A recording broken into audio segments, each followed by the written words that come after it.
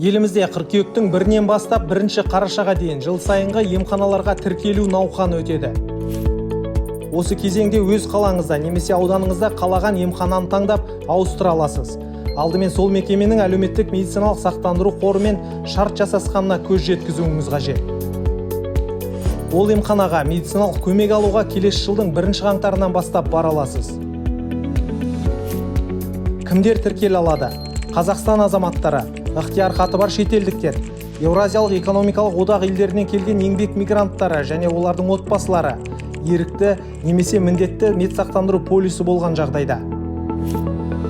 Емханаға егов.kz портал арқылы онлайн немесе емханада өтініш беру арқылы тіркеле аласыз.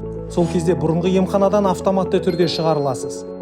Егер медициналық ұйымды ауыстырғыңыз келмесе, өтініш берудің қажеті жоқ.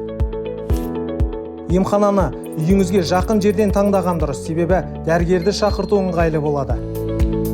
Науқан 1 қарашаға дейін жалғасады. Емханаңызды дұрыс таңдап үлгеріңіз.